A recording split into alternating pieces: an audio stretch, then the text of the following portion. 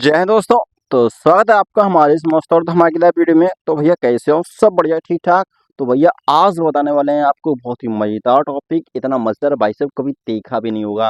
भाई साहब पूरी 12th फिजिक्स निकल जाती है, फिर सोच रहे ये टॉपिक समझ में नहीं आता कि भैया कि अपवर्तनांक लिखते कैसे हैं और अपवर्तनांक को पढ़ते कैसे हैं और किस तरह से हम इसको लिखने वाले हैं। तो शॉर्ट ट्रिक बताने वाले हैं, बहुत ही मजेदार है भैया।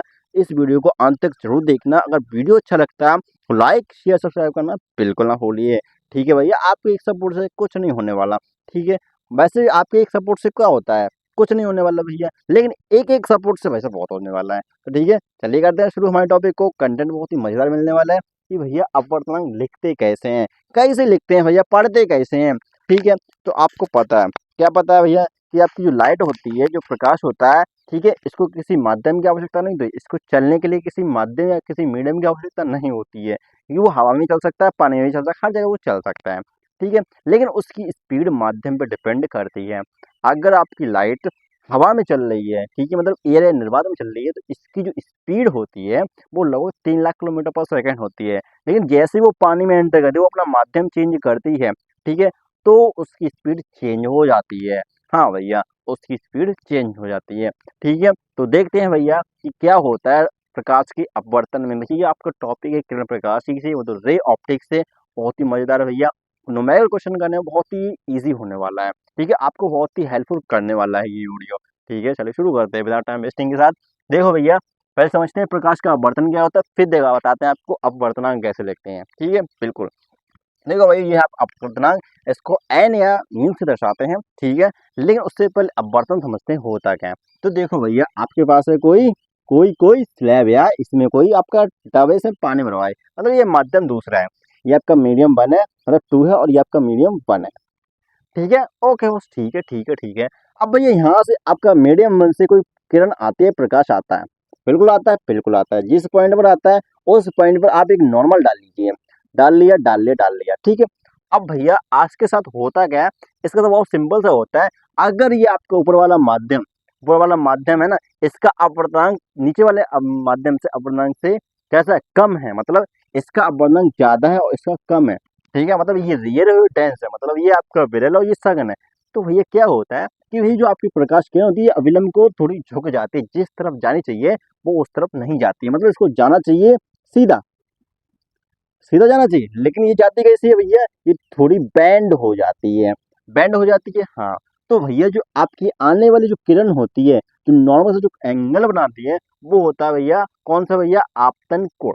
ठीक है, बिल्कुल, एंगल आई। ठीक है, एंगल आई।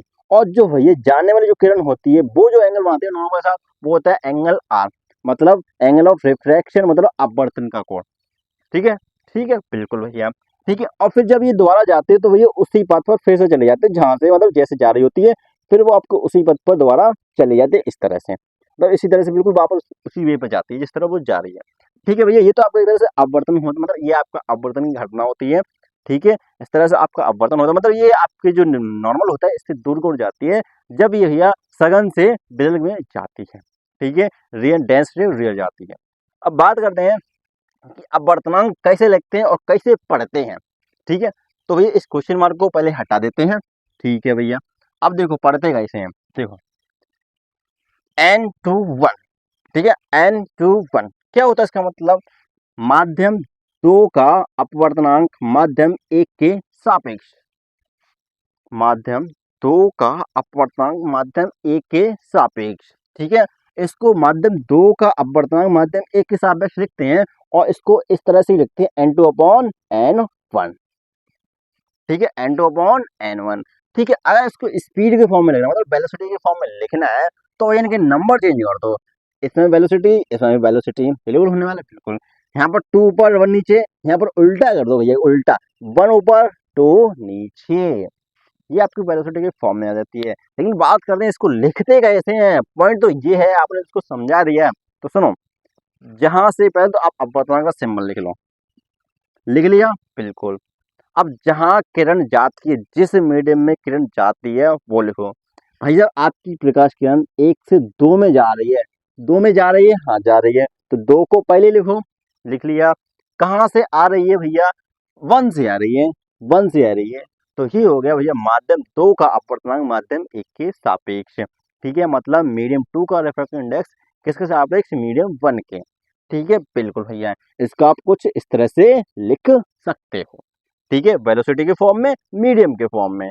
ठीक है, बिल्कुल भैया, बिल्कुल बहुत सिंपल है यार, बहुत सिंपल है। अब जैसे आपका ये दिया गया, इसका मतलब क्या होता है, माध्यम 1 का अपवर्तनांक माध्यम 2 के सापेक्ष, माध्यम 1 का अपवर्तनांक माध्यम 2 के सापेक्ष। इसको आप कैसे लिख सकते हो, इसको आप लिख सकते हो n1 अपॉन n2, लिख सकते हैं, बिल्कुल लिख सकते हैं। और ये आपका होगा क्या, v, अगर वेलोसिटी की फॉर्म में लिखना है तो उसकी नंबर चेंज कर दो भैया 2/1। बस सिंपल है भैया, बहुत सिंपल है। ठीक है, अब आपका ये है, ये आपका क्या है, ये आपका गिलास है, ये वाटर है, मतलब जो आपका गिलास है, आपका जो कांच है, कांच जो आपका गिलास है, इसका अपवर्तनांक पानी के सापेक्ष दिया है। मतलब इस गिलास का अपवर्तनांक पानी के सापेक्ष, मतलब गिलास का जो रिफ्रैक्टिव इंडेक्स है वो वाटर के सापेक्ष दिया गया है, विद रेस्पेक्ट टू वाटर। ठीक है, the refractive index of glass with respect to water. हाँ भैया, मतलब जो गिलास का जो रिफ्रैक्टिव इंडेक्स है वो पानी के सापेक्ष दिया गया है। गिलास का रिफ्रैक्टिव इंडेक्स अपवर्तनांक पानी के सापेक्ष, इसको लिखेंगे Ng अपॉन NW। अगर वेलोसिटी की फॉर्म में लिखना है तो भैया वेलोसिटी लिख लो और इसके मीडियम चेंज कर दो, ऊपर से नीचे कर दो, तो वाटर अपॉन गिलास। अब भैया ये होता है आपका, ये तो आपके कौन से भैया, सापेक्षिक अपवर्तनांक है। ठीक है, मतलब रिफ्रैक्टिव इंडेक्स मतलब रिलेटिव वाले हैं। एक होता है आपका निरपेक्ष, एब्सोल्यूट। तो भाई एब्सोल्यूट का मतलब ये होता है सिंपल सा, हवा के निर्वात के सापेक्ष। मतलब जो आपका अपवर्तनांक लिखा जाता है ना, वो हवा के सापेक्ष, निर्वात के सापेक्ष जब लिखा जाएगा तो भैया वो निरपेक्ष अपवर्तनांक कहलाएगा। ठीक है, तो भैया आपका गिलास का अपवर्तनांक किसके सापेक्ष दिया गया है, हवा के सापेक्ष, तो मतलब ये निरपेक्ष एब्सोल्यूट रिफ्रैक्टिव इंडेक्स दिया गया है। ठीक है, और बढ़ते कैसे हैं भैया, गिलास का अपवर्तनांक मतलब जो कांच का जो अपवर्तनांक है वो एयर मतलब हवा के सापेक्ष दिया गया है, तो इसको आप लिखोगे Ng अपॉन Na, लिखोगे, बिल्कुल लिखेंगे, बिल्कुल लिखेंगे भैया, बिल्कुल इस तरह से ही लिखेंगे। और इसको वेलोसिटी की फॉर्म में लिखना, तो वेलोसिटी की फॉर्म में कुछ इस तरह से लिख लो भैया। कैसे लिखेंगे, तो भैया एयर ऊपर आ जाएगा, गिलास नीचे आ जाएगा, बिल्कुल आ जाएगा। तो भैया एयर में आपकी स्पीड क्या होती है, तो भैया होती है C अपॉन VG। या मौज कर दी भैया, मौज कर दी। ये आ गया अपवर्तनांक कैसे लिखते हैं। ठीक है, मतलब जहां किरण जाती है उसको पहले, जहां किरण जाती है उसको पहले, जहां से आती है उसको बाद में, और ऐसे लिखते हैं अपवर्तनांक। पढ़ते कैसे हैं, माध्यम 2 का अपवर्तनांक माध्यम 1 के सापेक्ष। ठीक है, बिल्कुल भैया।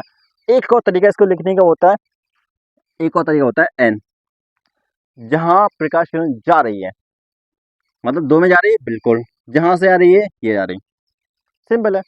माध्यम 2 का अपवर्तनांक माध्यम 1 के सापेक्ष, माध्यम 2 का माध्यम 1 के सापेक्ष, मीडियम 2 का refractive index with respect to medium 1। हाँ भैया, बहुत सिंपल है, बहुत सिंपल है भैया। तो भैया refractive index of medium 2 is respect to the medium 1। ठीक है, बिल्कुल भैया। माध्यम 2 का जो अपवर्तनांक है वो माध्यम 1 के सापेक्ष दिया गया है। अब भैया आपसे एक तरह से और पूछा जा सकता है, जैसे आपको दे दी जाए माध्यम 2 का अपवर्तनांक 1 के सापेक्ष दिया गया हो। ठीक है, मतलब ये आपको दिया, कुछ भी दिया हो, कुछ भी साला, मतलब जो आपका N21 आपको कुछ भी दिया गया हो, XYZ कुछ भी दिया गया हो। ठीक है, तो भैया अगर आपसे यह पूछा है कि N12 क्या होगा, मतलब कहने का मतलब ये कि माध्यम 2 का माध्यम 1 के सापेक्ष जो अपवर्तनांक वो दिए गए हैं, तो माध्यम 1 का 2 के सापेक्ष क्या होगा, क्या होगा, तो कुछ मत करना भैया, इसको रेसिप्रोकल कर देना भैया, इसका रेसिप्रोकल कर देना, तो आपका N21 मतलब कहने का, तो आपका वो जो भी दिया है उसका जो भी दिया है XYZ जो भी है वो आप कर सकते हो, तो आपको मिल जाएगा N12। सिंपल है। ठीक है, अब N12 चेंज नहीं होना चाहिए, जैसे आपका यहाँ पर है, जैसे NWG, ये आपको दिया है कुछ भी, जैसे मान लीजिए X दिया गया है, ठीक है, और आपसे पूछे है NGW, मतलब कहने का मतलब यहाँ पर पानी का जो अपवर्तनांक है वो गिलास के सापेक्ष, कांच के सापेक्ष दिया गया है। तो अगर आपसे पूछा जाता है कि गिलास का पानी के सापेक्ष क्या होगा, तो भैया आपको मिलेगा 1/NWG। मतलब इसका सिंपल डेरिवेशन बहुत छोटा सा होता है भैया, बता देंगे, अगर आपको चाहिए हो तो बता दें, कमेंट सेक्शन में वो भी करा देंगे। ठीक है भैया, ये सिंपल सा होता है, बहुत सिंपल सा, आप इसको इसी तरीके से कर सकते हो। ठीक है, तो कैसा लगा वीडियो बताना भैया, अपवर्तनांक कैसे लिखते हैं बता दिया, क्या होता है कैसे होता है सब कुछ बता दिए। ठीक, कैसे पढ़ते हैं कैसे लिखते हैं सब कुछ बता दिए। अब बारी आपकी है, अगर वीडियो अच्छा लगता है तो लाइक शेयर सब्सक्राइब करना बिल्कुल ना भूलिए। चले चलते हैं, तो वीडियो कैसा लगा बताना। राम राम, जय हिंद।